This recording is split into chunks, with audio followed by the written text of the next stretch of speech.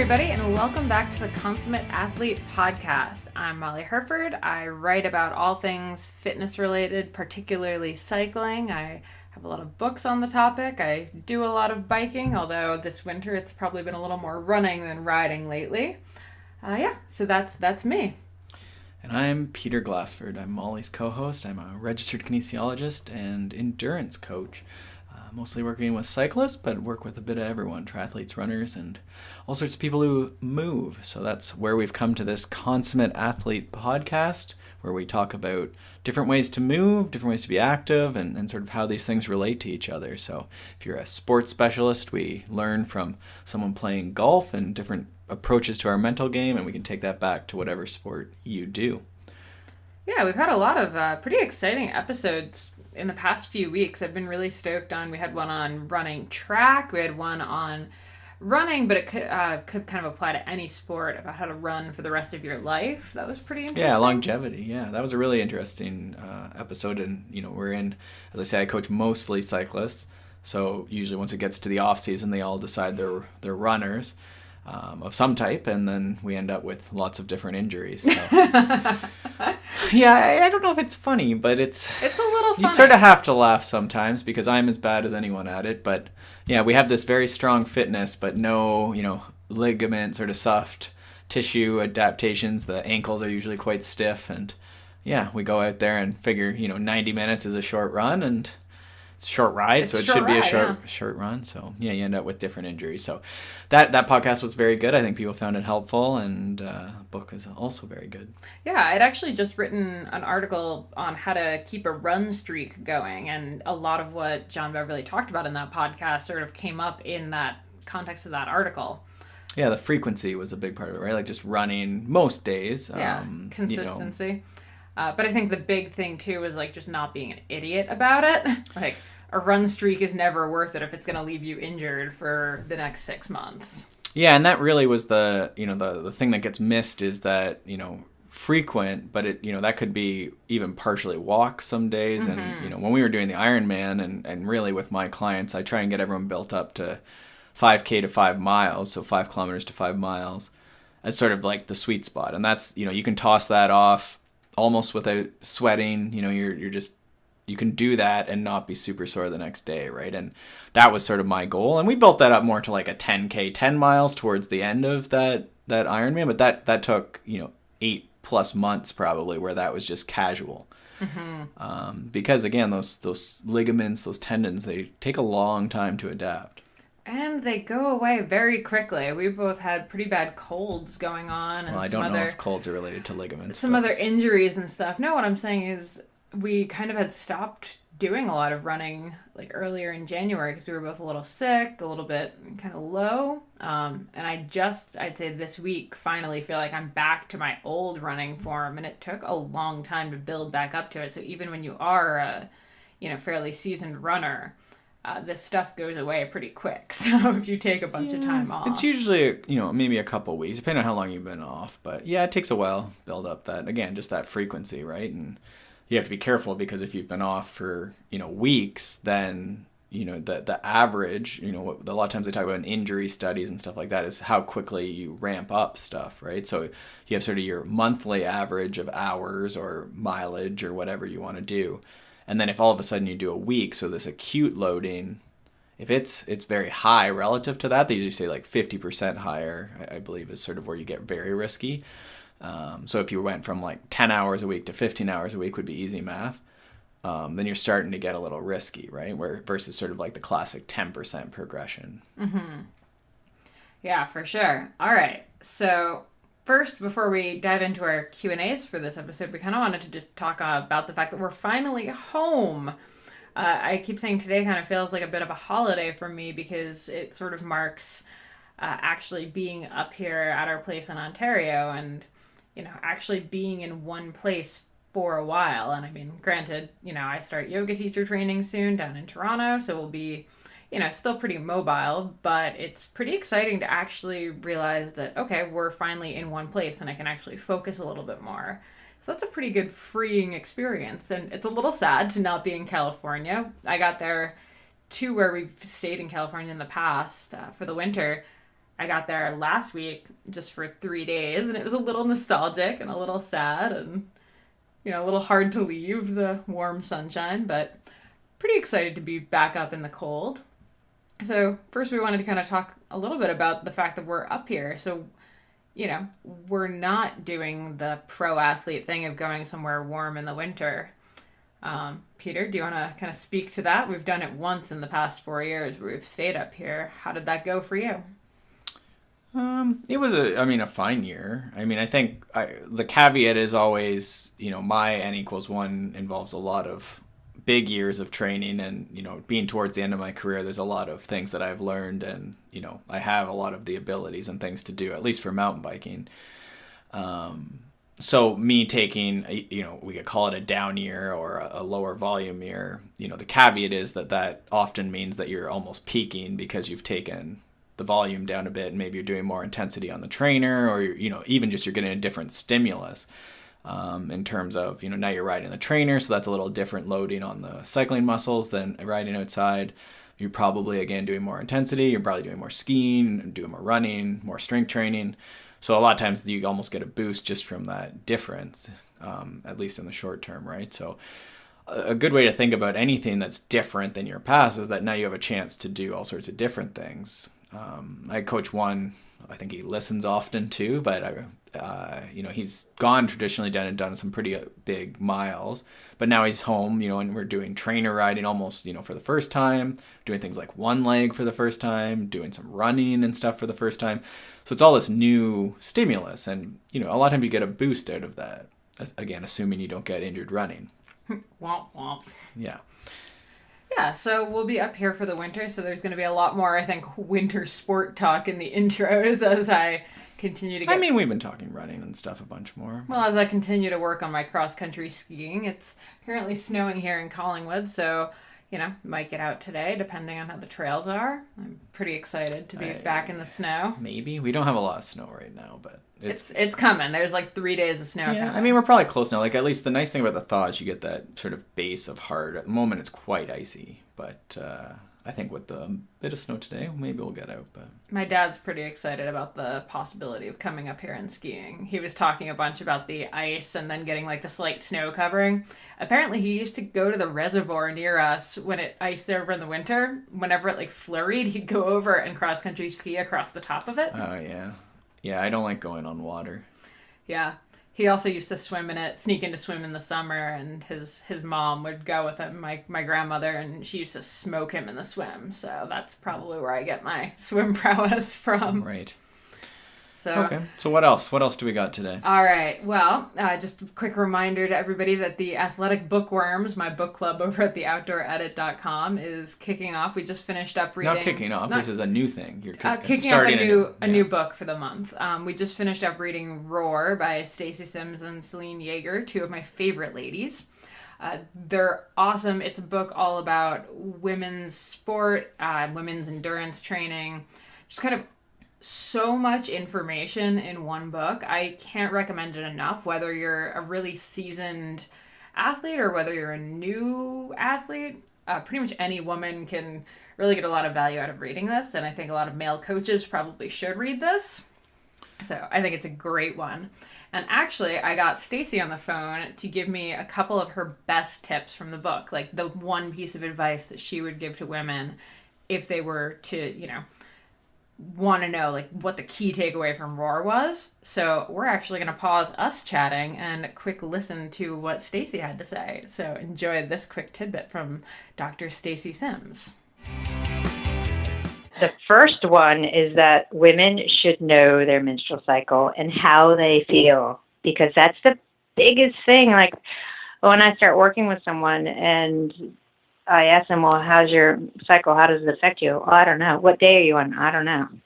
Mm-hmm. It's the first thing is it doesn't mean use an app and track every day, but just kind of have a general idea. Oh, my period was 2 or 3 weeks ago, so it's going to come up soon. Then you can kind of start understanding your mood and fitness around it.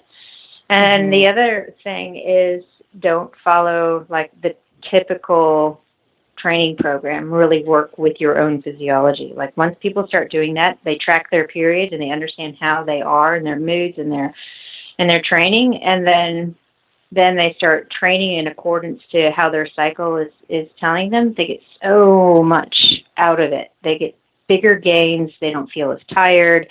They are starting to achieve their potential. And so it's kind of, like I say, working with your physiology instead of against it. All right. So there was Stacy. I really liked what she said about, tracking your cycle and stuff. It's something that I've never really thought about as an athlete, to be honest.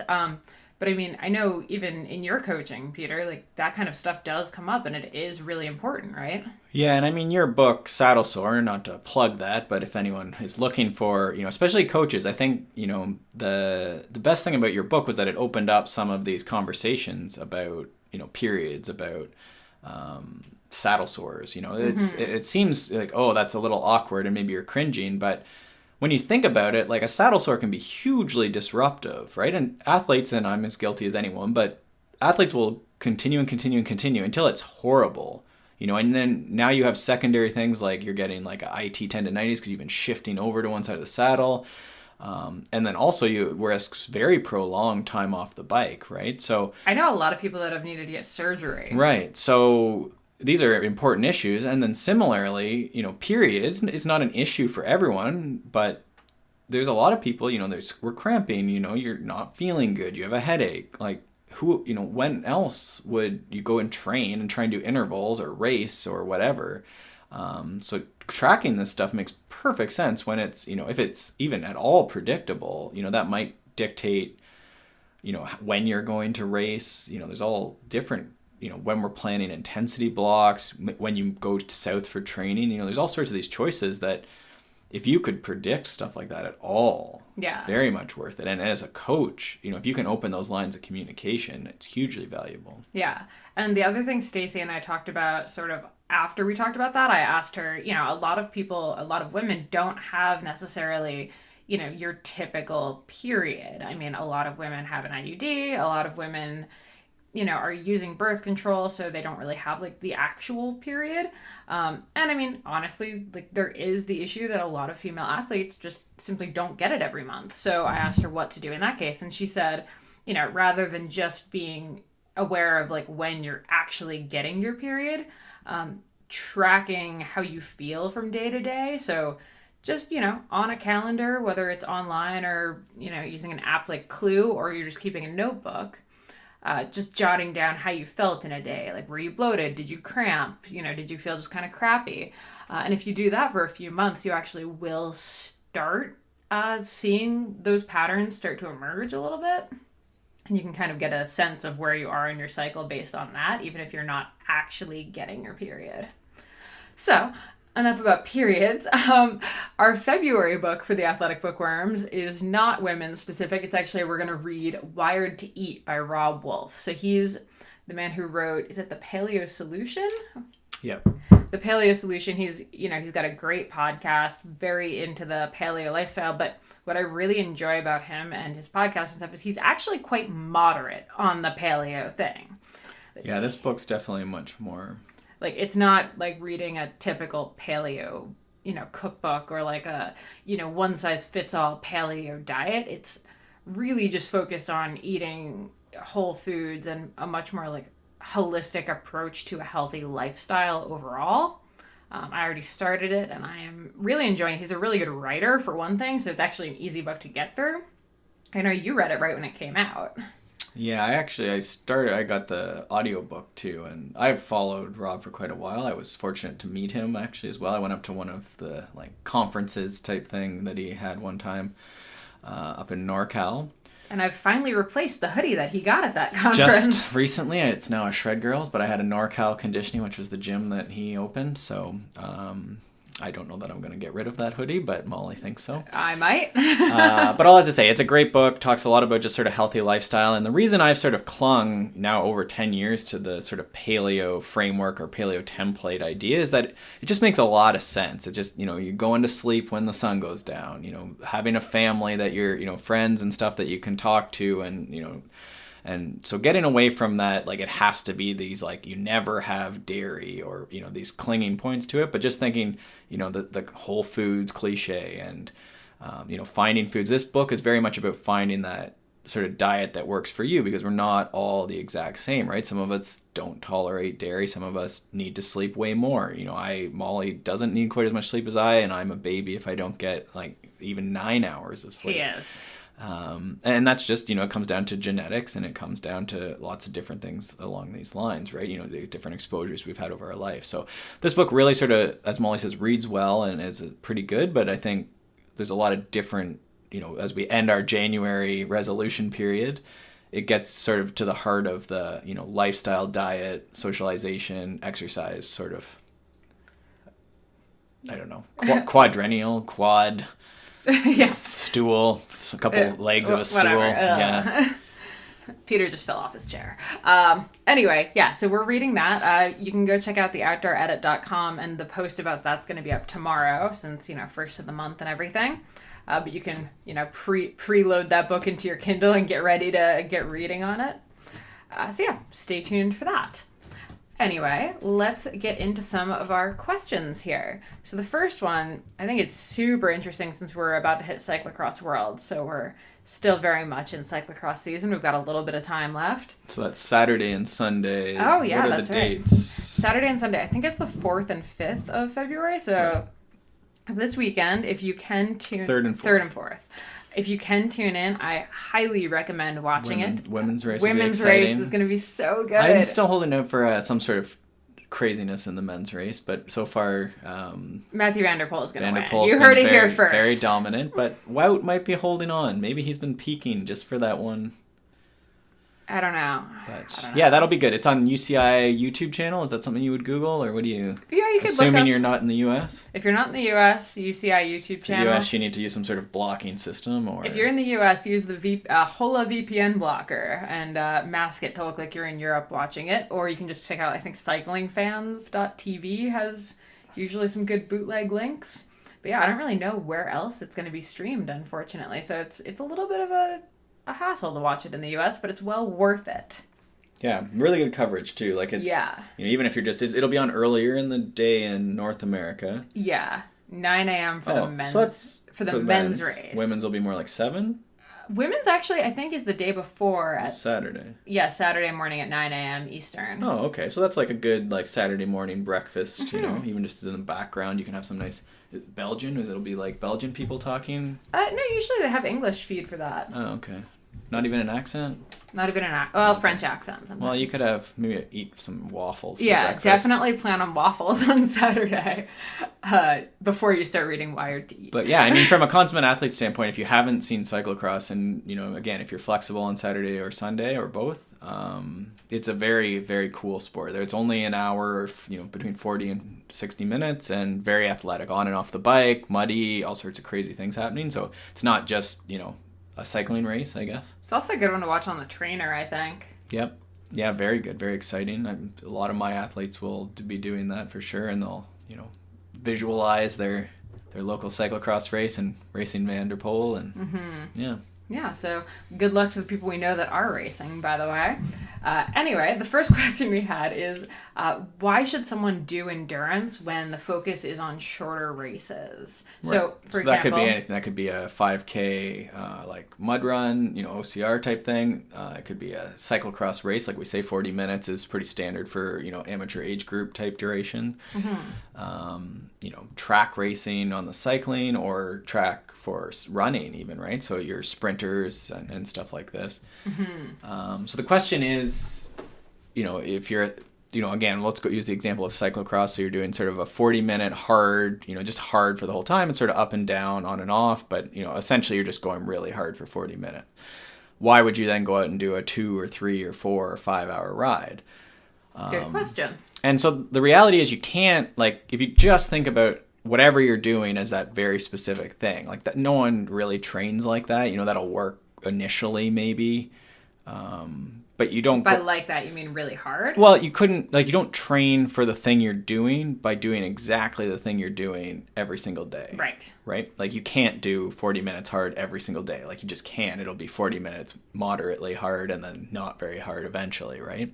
So you need to have easy days. So we know that there's some sort of weekly periodization, weekly undulation of the volume and the intensity. That's just training. Whether we're talking strength training, you're going to have your hard day, and then you're going to do maybe an easy mobility day or a walking day, or, light cardio if you're like really focused on sort of Olympic lifting. That's, in the CrossFit and Olympic lifting world, even you're seeing a bit of that acceptance now of just walking. Like for them, they have to be careful if you're trying to build body mass.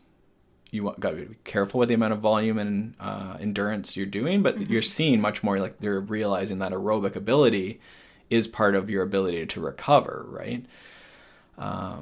So that would be the first reason, is that even the very short duration, you need some ability to recover and do more, just move through the day, move through, lots of time in the gym. If you're doing 4 hours of 2 hours, 3 hours of gym work at an elite Olympic lifting level, there's an endurance component to that. So that's going to be helpful in your recovery and also your ability just to take that workload, so the work capacity. Right. For the cycling example, to get back to that, or just your sort of 40-minute hard 10K run OCR thing, if you're doing some over distance or some volume on top of that, you're basically building that engine. So you're doing the work.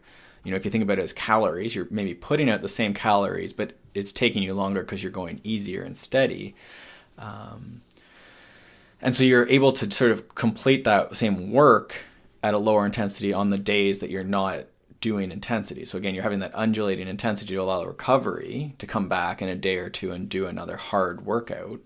But you're doing that with that other system. So that's sort of a practical way to think about it.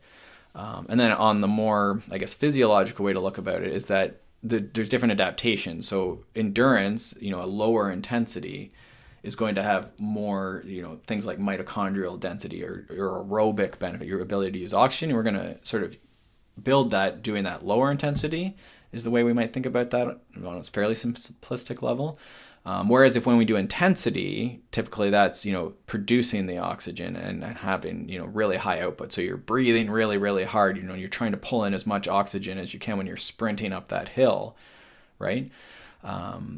And so there's sort of those different adaptations, and both are important, and we have to work both sides of that equation. I actually want to come back to something you said about that like moderate intensity that ends up kind of biting us. So how do you know when you're in that, like, I'm going to say danger zone of that like middle ground where you're not helping anything? Yeah, and I'm hoping to get a couple people on. We've had a question or two about sort of that sweet spot versus polarized training. So if you go back to the Marco Altini podcast and also the Steven Seiler podcast, we talk a lot about this polarized model of training. And I think the place you're going is if you're not feeling very good. So if your intent is to do a certain output, so say the wattage you want to do for 40 minutes, or the pace you want to hold running, or the weight you want to lift in strength training. And sometimes strength training is the best way to describe it. So if I'm going to go into the gym and my intensity day is a hard set of 5 reps at 200 pounds, but then I can't do that. But that was what I did, on Monday, and then I was going to do it on Tuesday as well, and then Wednesday as well. At some point, I won't be able to do that same weight. So the work is decreasing, but my intent was to go intensely. So I can't maintain that. Right. So that would indicate that now it's starting to be moderate, but I'm working very hard, how it feels, but the output is not good. Right? It's not high. It's not right. It's not what it was supposed to be. So in a weightlifting example, that would be what we would be looking for. Again, in running, it would be similar. You're going out to run a 10K TT, 5K TT, and you're doing it slowly. So if you just recovered for a day or two and then went back and did your hill intervals or your 5K TT, then you'd hopefully be able to go faster, and then you're building your work capacity. So that's the first sign that you're getting into that moderate, is that like the intent of your workout, you're not hitting it. By heart rate, often it's in that sort of 75 to 80% of max, or sort of a lot of people, it'll be like the 140 to 160 range is often, in very absolute general terms. Again, if your heart rate's very low or very high, then obviously that doesn't apply. But on average, like once you're sort of over 140 and, 150s, there's a lot of people that ride there all the time or work out there all the time. And that's your sort of chronic cardio intensity. Mm-hmm. Okay, good answer there. All right, next question. We've definitely seen a lot of people in the past month or so have a lot of saddle sore issues, which is surprising because it's winter, or it seems surprising because it's winter. So you'd think like, oh, people aren't getting out on the bike as much. But actually, from what I've seen, saddle sores are almost more problematic in the winter. I see more people suffering from them in the winter. And I just kind of wanted to touch on that a little bit with some tips about how to deal with them, but also like why it's happening. So the first reason is just because, we're on the trainer. So we're in this very sweaty environment without, some of us have fans, but even a fan is not the same as riding outside and actually having the wind hitting you. So everything's a little bit warmer and a little bit moister for the most part. So you've created that nice bacterial breeding ground. But the other thing is, on the trainer, people tend to stand less. So you tend to be grinding in a little bit more. Correct me if I'm wrong there. Yeah, for sure. I mean, I try not have people stand very much on the trainer, especially because it doesn't move side to side. So especially because it doesn't move side to side, now it's not even just like outside, you shift a bit more on the saddle. Mm-hmm. So yeah, it's just a lot of pressure on one spot. So the first thing you can do is, even if you're not getting up to pedal, just get your butt off the saddle every few minutes, just a tiny, tiny bit. It doesn't need to be anything Yeah, crazy. And that's when I say I try not to have people stand. Like I don't do or have people do like 1 minute standing hill intervals because the bike doesn't move side to side. So my belief is that it doesn't groove a good movement pattern, and it's a movement pattern that most people really struggle with, like the ability to stand for a long time. So inside, but that doesn't mean that they shouldn't stand up for like 1 or 2 pedal strokes every 5 minutes or whatever, right? Like naturally. And usually when you're doing intervals and stuff, like you'll have that urge. Again, if you're going hard enough, you should have that urge to stand. And so you stand to keep the pedals going over, periodically. Yeah. The other thing I see inside on the trainer, and I'm definitely guilty of this, is it sounds weird when I say it, but people ride without their bib straps up. Yeah. So you ride with them around your waist, which actually, isn't a problem for some people. But if you're really sensitive to saddle sores, not having your straps up, your chamois is going to be moving a little bit more. It might not be in the exact right place because it's not pulled up enough. Bunched.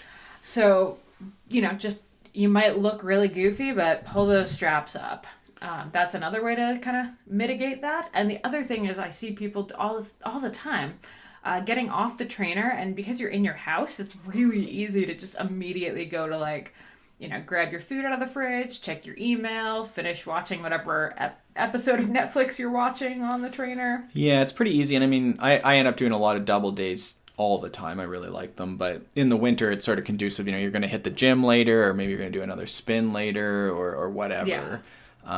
So yeah, it's quite easy not to observe that, like, get off your bike and shower. Mm-hmm. So even if you're not going to shower, at least just do a quick rinse off of your nether regions, just even a wet washcloth. It's just not that hard. And I hate showering, but it's really, you don't have to even wash your hair if you really don't want to. Like, if you are going to do another workout later, if you're just staying in the house, but like, just go in and soap up. I usually say, especially if you're someone who's prone or has saddle sores, soap up twice, even with 2 different soaps, to try and beat it, right? And so I wonder if, going through on the saddle sore topic, do you want to talk about, okay, so I'm down the road now and I have a saddle sore. What is sort of the protocol then that someone might follow? Yeah, well, the first protocol, if you have one that's actually like painful, is to take a damn day off the bike. And right. I think so many people are so anti doing that because it's hard, right? Like, you're aware that you're feeling great. Like, you might even be performing awesome right now. But, like, that saddle sore is just going to get worse if you don't give it a chance to air out and not continually get beat up. The other thing to do is just keep it as dry and clean as humanly possible. So, we're back to the double soap. You can maybe even use a little bit, especially if it's open at all. You want to use a little bit of some kind of antiseptic like a polysporin or neosporin. Something like that. And the other thing to do is just as dry as possible. So this is the day to wear those loose pants. Boys switch to boxers. Girls, I'm a fan of the maxi skirt. Just let everything air out as much as possible. And, you can walk, you can run, you can do yoga, whatever, but just don't put pressure on it and stand more. Like, if you sit in an office, this is maybe the day to take more walking breaks and just Well, not be and I guess pressing on it gets to another issue, you know, if we're talking about riding indoors or you know, exercising even indoors, because I mean, we could be talking about saddle sores related to, I guess, anything, or sores related to anything, right? Like just being inside, being on the treadmill, maybe you're getting blisters or something, right? It would be similar advice. You know, the reality is a lot of this stuff isn't the same as whatever you're trying to do outdoors, right? Like riding inside is not riding outdoors. It has elements that are similar, but I've always made the argument, you know, something like snowshoeing has a lot of similar elements to climbing on a mountain bike as well, right? We get steep climb, you know, similar joint angles and stuff. So, you know, why not go out and snowshoe? You can make an argument that it's almost as specific, right? Or at least has a benefit. So mixing that up a little more. Yeah, you know, because just because you're pedaling doesn't mean that it's necessarily the best, you know, or the only way you should train if you're not able to do the very specific sport. Yeah. No, that's a good point. And then the last thing I'll say about this is the other reason you could be getting them more is if you're actually riding outside more. Like if you're fat biking or whatever, you might be wearing so many layers that you're actually getting more chafing issues. So just making sure everything fits really well. I'm a huge fan of like a good pair of insulated warm actual cycling tights that have the chamois built in that are full leg. Velicio makes a really, really good brand, or really good version of them that have windproof panels that I love. They're like fleece lined, they're super cozy. For ladies, I know Gore has a bunch of and I guess ones for men. The other concept would be, you know, if you're layering, so you have a set of shorts and then a set of tights, you might have to actually lower your saddle height, right? Yeah. Because that's certainly the bike setup. You know, people are getting new bikes around Christmas or, you know, in the fall blowout season or, you know, just when the new models are released, they got a cyclocross bike, they're now riding indoors or something. You know, there certainly could be something in that saddle, you know, change out your saddle, try a different one, put your old one back on. Tweak your position, right? You know, a lot of times it's only a millimeter or two. So I always say tape your, you know, seat post, you know, a millimeter or two higher than it is and just drop it and see, is that better? If not, then raise it back up, you know, a millimeter or two. Is that better? Yes, no. You know, often you'll know, and it just often takes that little bit difference. Yeah, that's a great point about the layering, because if you're wearing shorts, tights, and then even like a winter like pair of like rainproof pants or something over those, you've added 2 or so millimeters to your saddle height easily. And if you're prone to saddle sores, that could be a big change. And I think the other thing I like to do related to that is that I always like shudder a little bit, you know, especially for folks, including myself, you know, it's only an hour or, you know, a couple of times a week, a few times a week. So I would like to see that we're adaptable enough. You know, not all of us have this quote unquote fit window that's that adaptable, but to me, you know, if you can't, you know, the tests I like to do are things like a full lunge where you're really deep in that lunge. So your belly's basically on the thigh at the front and the other leg's back behind you, you know, really getting into that extreme cycling position. If you can think about when you're in, you know, the drops, you're bent over your handlebars, you have one thigh's right at your belly and the other leg's straight down behind you. A lot of people struggle with that position. So working on that, and then working on, you know, something else that would be similar is sort of like a child's pose where you're sitting on your heels and then you fold down on top of your thighs. Does that make sense? Yeah.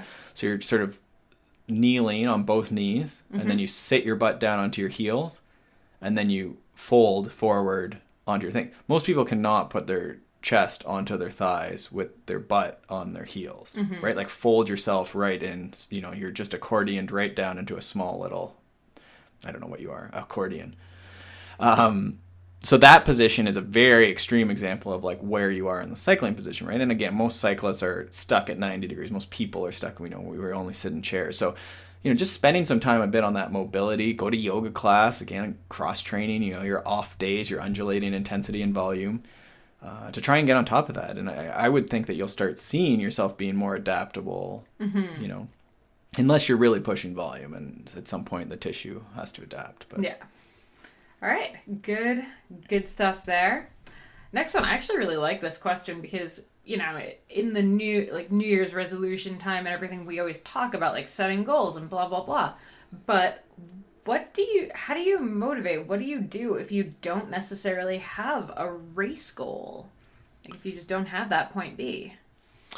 Yeah, it's a tough one. Because, I mean, I imagine you get some clients that, you know, want to get in shape or want to be better cyclists, but don't necessarily have that, like, where we're going to thing. I think it's very common with the age group population, right? Yeah. Like ultimately, there's no, rarely is there a world champion. We have masters world champions. We have some very driven masters who are going for nationals or whatever. They have a very specific race. But there's a lot of folks that are just, they want to participate maybe in one or two races or, do some group rides, beat their friends, lose weight. But really that point B, like where we're going to, is a little vague, right? Especially from the performance standpoint. Everyone wants to lose 5 or 10 pounds, but the performance goal is tough, right? So I usually take it a few different ways. I try and, usually they know they just want to, there are races they hadn't heard about. So sometimes I'll just try and expose them to some races, that maybe they hadn't thought about. Or in a discipline that's sort of sidestepping. We took this Ironman challenge last year and sort of scared ourselves a bit. I wanted to learn to swim, so there was sort of a personal, I guess call it failing forward sort of thing. If I could learn to swim out of this whole Ironman thing, irrelevant of how the Ironman went, I have the ability to swim now, and now we can go surf or whatever. So thinking about stuff like that, like what's something scary that maybe some friends are doing, it'll be a good fun adventure. You're going to go train a bunch and it'll be a fun adventure to do. And, however the race goes is fine. But then at the end of that, you're going to be fit enough that maybe you want to do something in the fall that fitness will sort of carry you towards. So that's one way to do it. I think it's also just okay to say that you don't care about racing. And I think this was something I when we got off the phone with John after the running longevity episode we did, I was sort of a little, not perturbed. Because his was very much for like competing at running. Was sort how of to the way race for your whole life and how to be excited about racing and running. And I was like, honestly, I think I actually just prefer running. Like I have no real desire to like go out and smash 5Ks. I actually just really enjoy running. Well, and I have a bunch of clients now who are very much more in that adventure, right? And so it's conditioning to do like find a cool adventure. We have we have a couple of big lakes, obviously, in Ontario, and so there's people who want to ride around this big lake or do this big cycling tour that's just them and a few friends doing like a big tour, but they want to be really fit for it, or they want to like really just get fit on the bike, right? Mm-hmm. And then they can go smash a group ride or enter a cyclocross race or, again, do a big ride and be comfortable. So I think in that case, maybe the better thing as far as goal setting goes isn't to set a goal that's, I want to do this particular thing. It might be that I want to get to this particular number in power or, weight or whatever that looks like.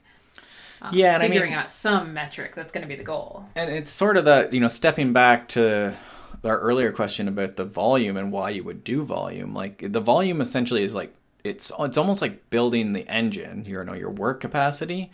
And then the intensity that we do is sort of like tuning the engine is the way I like to think about it. So if you want to do an Ironman, you're going to do, pretty moderate intensity. The race specific intensity is pretty moderate, right? Mm-hmm. And you're just tuning the engine towards that. If you're going to do, a 2-minute track race or something, a mile, if you're going to be a mile runner, that's sort of what you're tuning the engine for.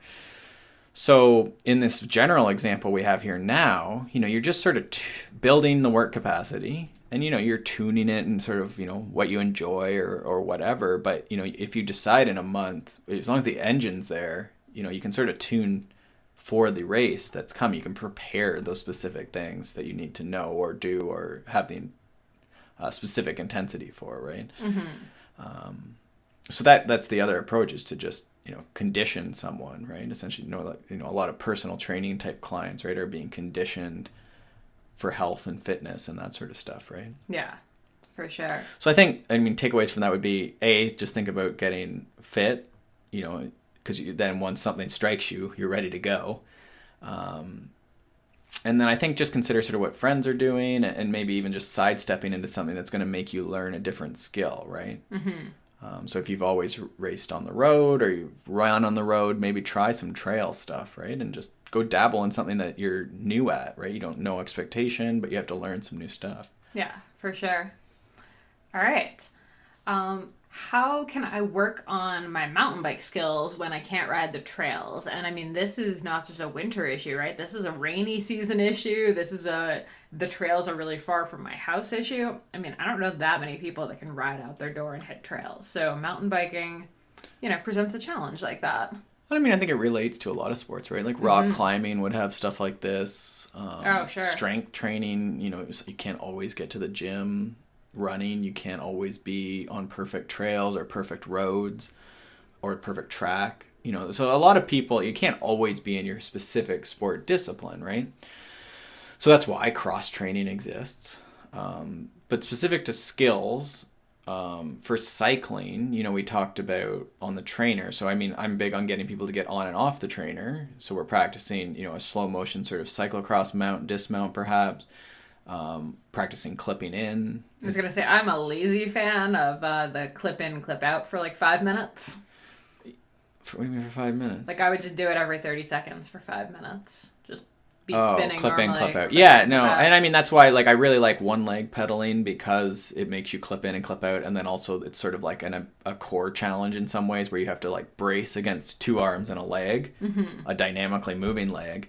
So it's almost like doing a plank. And then a lot of times people will struggle with that other leg where it goes because you have to almost hold it out, almost like doing a side plank where you lift your leg. Yeah.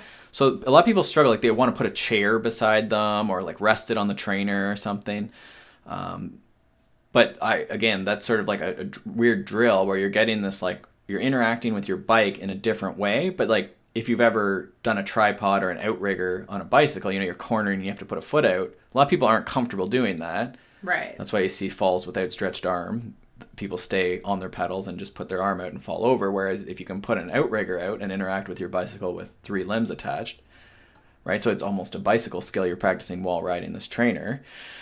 So that's one very specific to the trainer. Riding rollers. So rollers are, I always liken them to here in Canada. We have, the beer store has these rollers, like a conveyor belt of rollers. This is a very Canadian specific example. Well, you guys need to find something with some sort of, like in a factory, if you can think like literally like rollers. Oh, like if you're at the airport and you're pushing your thing through security, like if you're pushing your computer bag and all of that. Oh yeah, through security. perfect. Yeah, so there's like little roller pins that like roll your bag along, right? So rollers are sort of like that for cycling. So you have to balance on top of this thing. So it's pretty precarious. It's sort of scary to get going, but the reality I always say is you're going 0 kilometers an hour. So as long as you don't fall with outstretched arm and have practiced your one leg from the previous example, you're good to go. So that's another one. You have to practice balance. Again, if you can start interacting some one leg, one arm, no hands, there's all sorts of things you can practice with. And you get pretty good balance and just like interaction with your bike from that. So that's, again, very nerdy sort of specific bike skills. Now, on top of that, if you have any room in your house or basement or whatever, you can have your mountain bike beside, you're probably riding a road bike. You could practice track stands. You could do flat changes. I've had a few clients get flats here. We've gotten a little into our season of indoor cycling, so they've worn through tires or you just periodically get flats from heat or whatever. So just embrace that. Like you have to fix that flat like you would on the road. And mechanical is another one. So a lot of people have a garage or a basement. So just do some tuning. Do something you've never done for your bike. Change brake pads, whatever. Mechanical skill is a valid bike skill. That's actually true. If you think about the flat change, especially, like if you can get decent at a flat change, you could be saving yourself like 10 minutes in a race. You could train all year to go do something like a Leadville 100 or a big stage race, and you could flat and DNF because you couldn't change a flat. Even in 5 minutes, 5-minute flat change is very slow, but it would be fine in the course of a 12-hour race. Like it really doesn't matter. But yeah, literally people have spent months, thousands of dollars, and no flat change. They go home. Oh, that hurts. Not because of their fitness, not because of their bicycle skill, quote unquote, but because of a flat change. Yeah. So yeah, that preparedness.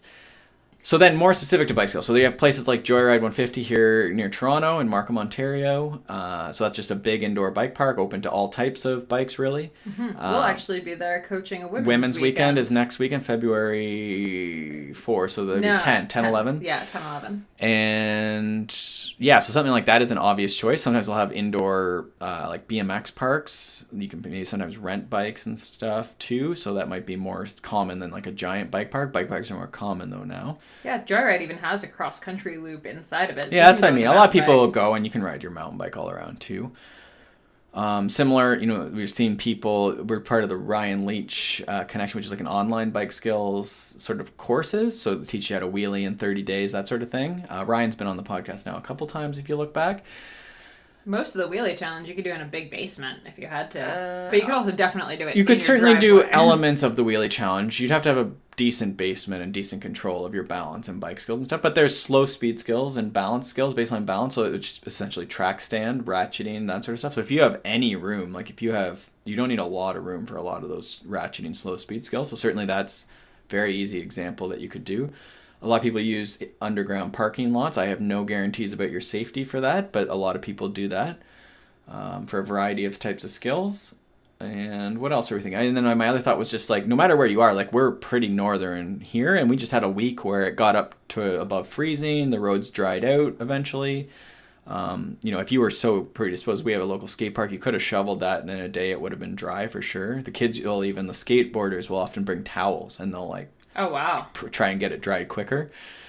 But even just the roads dry, now all of a sudden you can do things like wheelies and track stands and skids and all these different things, practice your cornering and have pylons and stuff. So there's usually a chance, and then we haven't even talked about fat biking, winter biking. I'd put on flat pedals. The key is a lot of the stuff is to run flat pedals in the winter. So then you're practicing skills on your bike with flat pedals, but you also have the safety. You can do your outrigger, get your foot out, not fall with an outstretched arm. But then work on drifting around corners. And we used to always, as kids, we'd run into snowbanks and practice falling, like flipping over the handlebars into the snowbank, right? So those are a lot of examples on how you could do that. There you go. No excuse. Yeah. I like that. Oh, pedal stroke, too, if you're just riding your bike around, too, is a great pedal stroke in snow and ice and stuff. Mm-hmm. All right. And then the last one I want to kind of touch on is question about what to do when you hate salad. And I mean, this question is, I love this question. And I think it kind of applies to like any of the healthy eating stuff, right? Like, oh, drink more water. Well, my dad, for example, actually really dislikes water. And I know he's not the only one out there that doesn't like water. Really likes beer. He doesn't listen to this, so I can say that. And plenty of people don't really enjoy eating salads. I know I enjoy it, but not for every meal. Like, I definitely get tired of it pretty quick. And people seem to think that that's the only healthy meal in some ways. Well, I mean, neither of us, like, I'm better now, but neither of us really ever digested, and I think no one does really, but like a lot of like roughage, a lot of raw greens it's tough on your gut a lot of times. And a lot of people who are eating healthy organic and stuff, they actually struggle, they're battling these GI things, and then they're shoving a ton of raw greenery in, and it actually is quite hard to digest that, especially on its own if you're not like throwing down a lot of sweet potato with it, a lot of rice, Yeah. Some of these more easy fibers typically, I guess that would be soluble fiber. If I'm not, I always get those mixed up. But I think you're not putting a bunch of soluble fiber down with your insoluble fiber. It gets tough, and if you're not eating meat or something on top of that. So first, I would say if you're not into salad, is there an underlying it makes my digestion not great. So there might be some things like mixing your meals a bit more. So you could put something like some rice in with your salad. You could put some sweet potato in. You could put some meat. Like when we do big salads, it's usually with a good vinaigrette we've made with some olive oil, some tomatoes in there, maybe some sweet potato with that, some chicken in with that, some seeds, nuts and seeds. So it's a meal in itself, but it's not just, really scratchy greens. Yeah, exactly. And I think the oil definitely helps sort of break them down a little bit. Like even kale, if you massage it by hand a little bit first. I think they do with like a lemon or some sort of acid, and you massage it, right? That was a Jeremy Powers. It was, yeah. Really helped. It was like a game changer. Still trying to get him on the podcast. This will be number 3. Third shout out.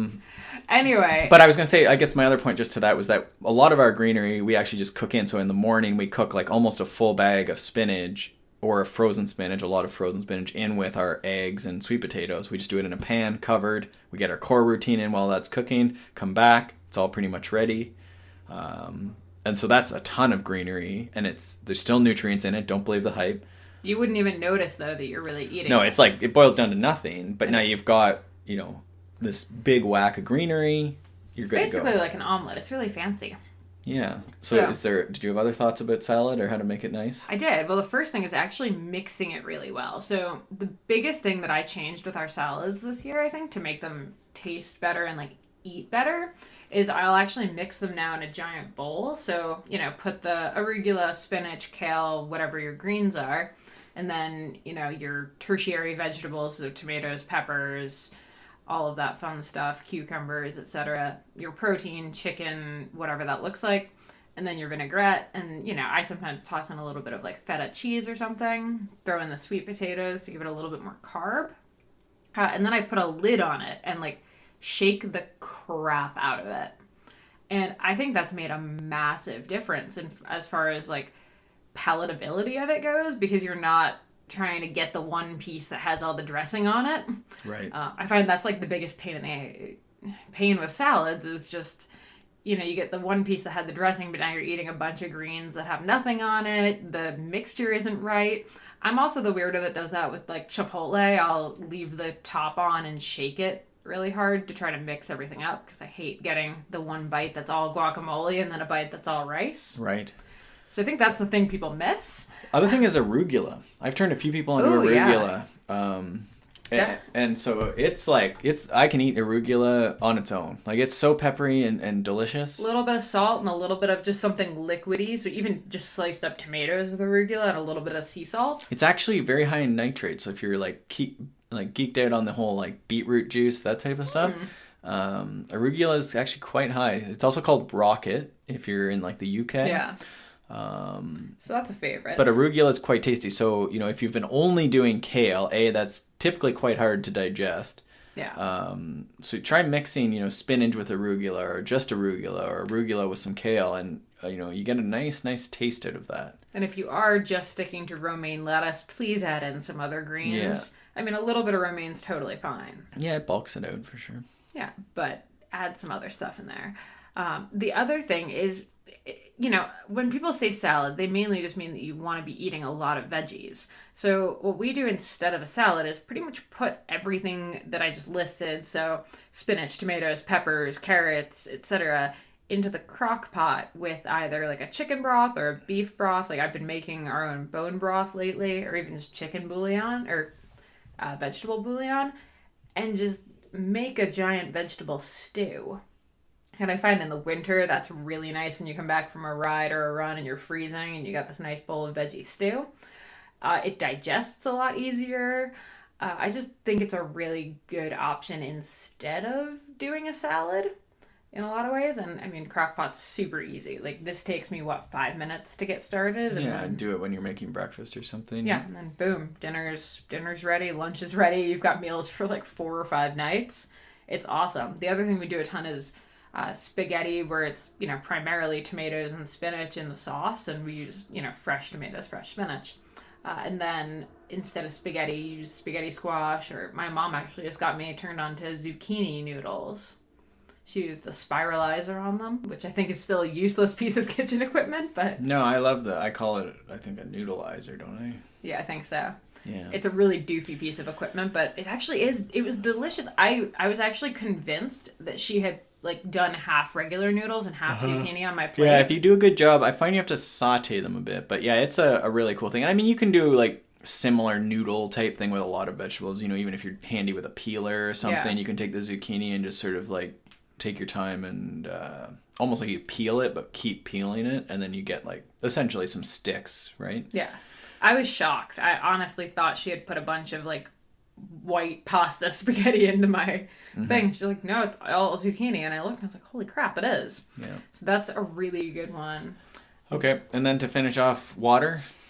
I think you just have to drink it like medicine when you wake up. That's true. Have a big glass. The only other thing is, adding some lemon. Lime often makes it a little tastier. That's what a lot of Dad people does. now have I hesitate to tell anyone to get more devices, but the spritz, or what are those things called? The Soda Stream? I guess that's a brand name, but the soda thing. So you basically put a bunch of carbonation into just your normal tap water. So now you have a bit of bubbles. We had one and we actually really liked it, but then they stopped making that brand, so we couldn't wasn't the get aforementioned brand, so it was not. Yeah. So we couldn't get the carbon dioxide thing refilled. Right. All right. So anything else?